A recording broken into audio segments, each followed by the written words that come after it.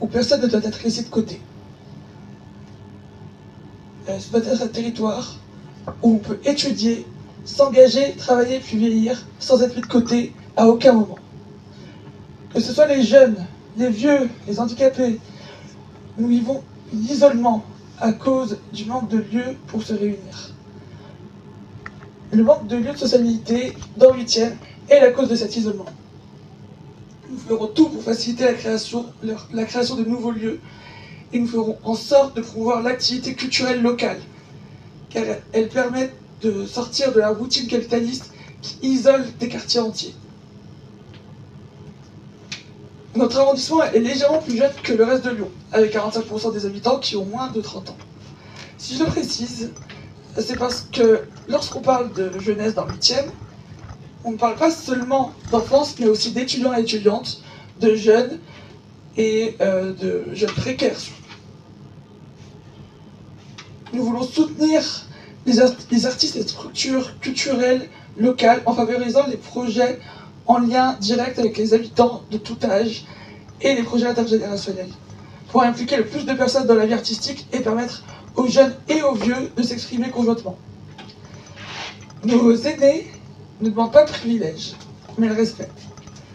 Nous devons donc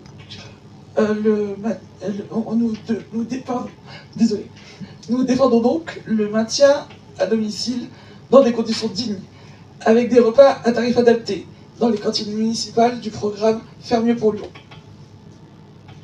Nous voulons un réseau d'entraide intergénérationnelle pour aider les personnes âgées et handicapées dans leur vie quotidienne. Nous ferons un recensement amélioré des personnes isolées et fragiles pour être d'autant plus efficace pour les protéger en période de canicule et les sortir de l'isolement dans ces jours-là, car l'isolement tue. Et également les aider tous les jours. Nous voulons soutenir la vitesse inclusive pour ne plus avoir de personnes isolées et surtout permettre à ce que les gens puissent être plus soutenus par d'autres personnes. Vivre dans ce quartier, entouré, accompagné, ça doit être un droit pour tous et toutes. L'accessibilité, c'est une obligation morale et légale. Nous lancerons un plan pluriannuel d'accessibilité des bâtiments municipaux. Nous intégrerons systématiquement la commission d'accessibilité aux travaux de voirie. Nous voulons progressivement l'accessibilité des transports et des équipements sportifs et culturels. Et si ça ne se fait pas au niveau de l'arrondissement, ça sera au niveau de la ville et de la métropole. L'accessibilité, ce n'est pas seulement les rampes d'accès adaptées, c'est aussi la formation d'agents municipaux, la lutte contre les discriminations et l'accueil digne de toutes les situations physiques et psychiques. C'est pour cette raison que nous sommes favorables au fait de favoriser les logements passerelles. Quand une vie est accessible aux personnes en situation de handicap, elle devient accessible pour tout le monde, de l'aube au crépuscule de la vie. C'est pour cette raison que nous voulons un tournant antivalidiste pour l'arrondissement. C'est la raison pour laquelle nous avons un objectif antivalidiste. C'est une des raisons pour lesquelles j'ai souhaité faire partie de cette liste et qu'une grande partie du collectif dans le 8e porte cette lutte.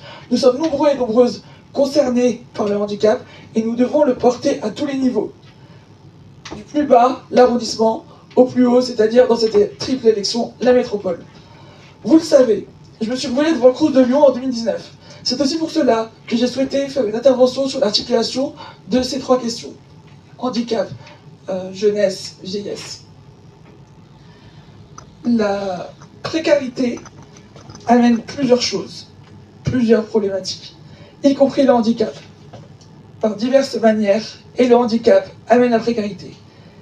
C'est pour cette raison qu'à toutes les élections, de l'arrondissement à la présidentielle, nous devons voter et militer pour la France insoumise.